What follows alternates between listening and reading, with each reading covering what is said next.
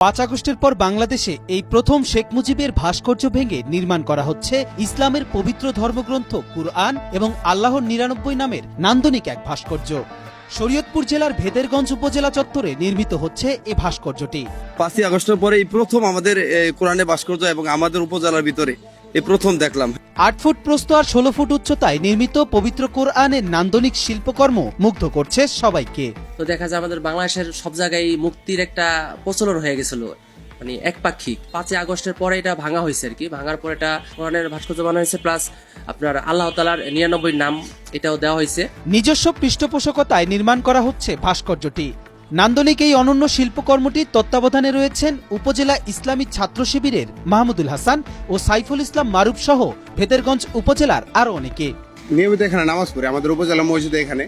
তো নামাজ পড়ার পর আমরা সকলে একটা বিরক্তিকর একটা অবস্থা যে নামাজ পড়ে বেরে কিছু মূর্তির সামনে, এটা আসলে আর কি মুসলমানদের জন্য কাম্য না। কারণ আল্লাহর ইবাদত করে বেরোয় কি কিছু মূর্তি দেখতেছি, এটা সবারই আর কি দৃষ্টিগোচর একটা বিষয়। তো এই চিন্তা করার পরে আমি ব্যক্তিগতভাবে সর্বপ্রথম আমরা 3-4 জন ছিলাম, আমাদের শিবিরের বাইরেও ছিল, তারপরে আরো ছাত্রজন ছিল, তাদের সাথে আলাপ করলাম ভাই এখানে কি করা যায়। ভাস্কর্যটি তৈরির জন্য চাঁপাইনবাবগঞ্জ থেকে রাজমিস্ত্রি আনা হয় এবং ডিজাইন অনুযায়ী কোরআনের ভাস্কর্য তৈরির রূপ দেয়া হয়। এর নির্মাণ সামগ্রী হিসেবে ব্যবহৃত হচ্ছে রড, সিমেন্ট, বালু এবং টাইলস। ভাস্কর্যটি নির্মাণে ব্যয় ধরা হয়েছে 1.5 লাখ টাকা। এই ডিজাইনার মিস্ত্রি যে শরীয়তপুরের আশেপাশে কোথাও নেই, তো আমরা অনেক যোগাযোগ করে এক একজনের মাধ্যমে এই চাঁপাইনবাবগঞ্জ থেকে আর কি মিস্ত্রি আনি। 1.5 লাখ টাকার মতো আর কি টোটালি খরচ যেতে পারে। তো এই পর্যন্ত এতখানি হইতে আমাদের 75,000 টাকা প্লাস খরচ হয়ে গেছে। এখন অনেক কাজ বাকি আছে, আপনারা দেখতে পাইতেছেন।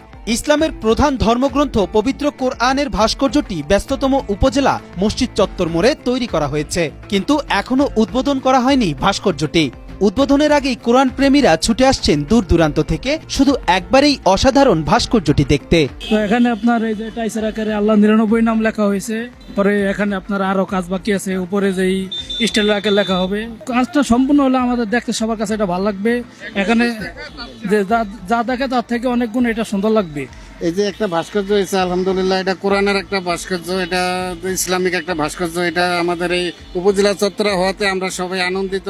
মুসলিম দেশ কান্ট্রি হিসেবে আল্লাহ পাকের ইচ্ছা এটা অনেক সুন্দর হয়েছে।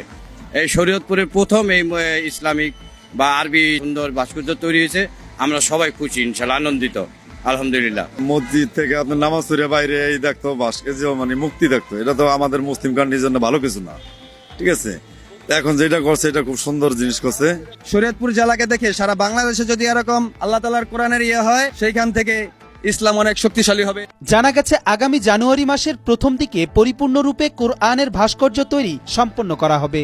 এরপর ভেদেরগঞ্জ উপজেলার কোরআন প্রেমিকদের সাথে নিয়ে ভাস্কর্যটির উদ্বোধন করা হবে। কিন্তু উদ্বোধনের অনেক আগে থেকেই এই ভাস্কর্যটি দেখার জন্য বিভিন্ন জেলা থেকে বহু পর্যটক এসে ভিড় জমাচ্ছেন। আশেপাশের এলাকার পাশাপাশি বহু দূর দূরান্তের জেলা থেকে কোরআনকে ভালোবাসেন এমন অনেকেই ছুটে চলে আসছেন ভাস্কর্যটি এক নজর দেখার জন্য।